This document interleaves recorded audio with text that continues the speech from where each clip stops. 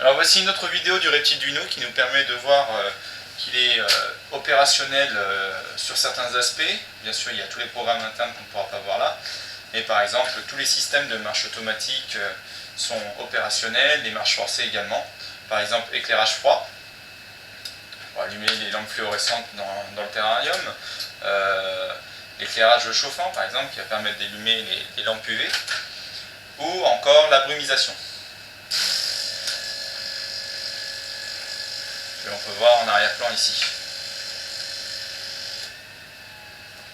Alors pour des raisons de perturbation électromagnétique, pour l'instant je vais laisser en marche les lampes froides et vous faire voir donc via l'accès web ce que ça peut donner. Vous pourrez voir ici normalement bouger également les différents aspects. Donc je me connecte, et ici on a un ordinateur donc relié en Wi-Fi à une Freebox. Voilà, je vais me connecter à la page où se situe l'Arduino. Voilà, typiquement. Et donc là on retrouve tout un tas de différents systèmes où encore une fois on va pouvoir commander différentes choses. Par exemple ici, pour la démonstration, je vais allumer à distance via le web une rampe à LED. Voilà. Typiquement. Donc.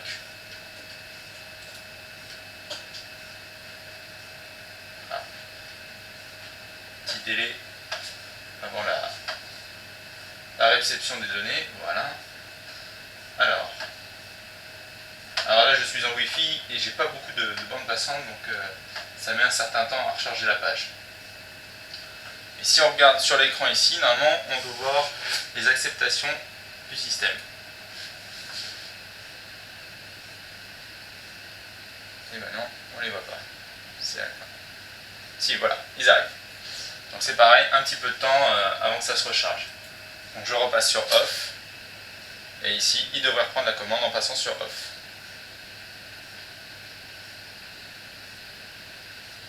Voilà. Petit temps de délai. Alors, on peut également donc lancer la brumisation à distance. Voilà.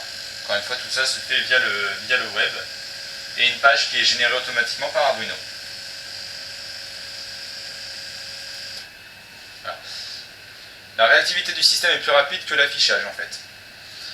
Et gros intérêt de le faire directement via le web, c'est qu'on peut également le piloter via un smartphone que l'on relie à internet bien sûr. Voilà, typiquement. Hop, brumisation, hop.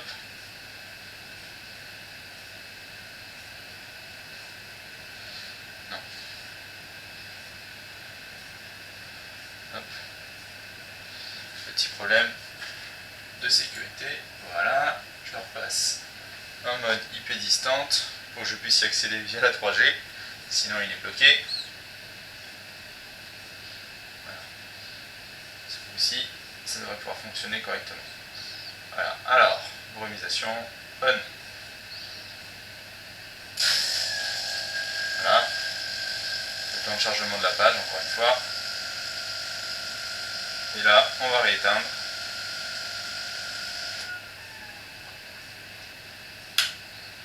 On peut également piloter bien sûr l'éclairage. Voilà.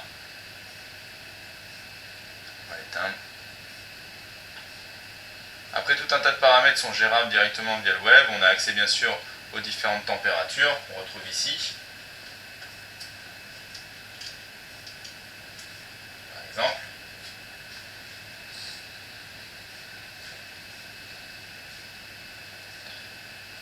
Au système de notification qui permet d'alerter s'il y a des problèmes. Donc on peut voir par exemple ici que le système a redémarré. Donc quand je l'ai fait démarrer juste avant de vous faire la présentation.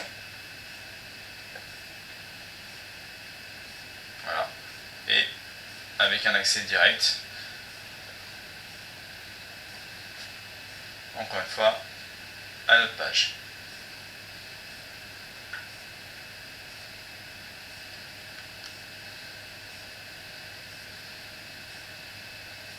Voilà.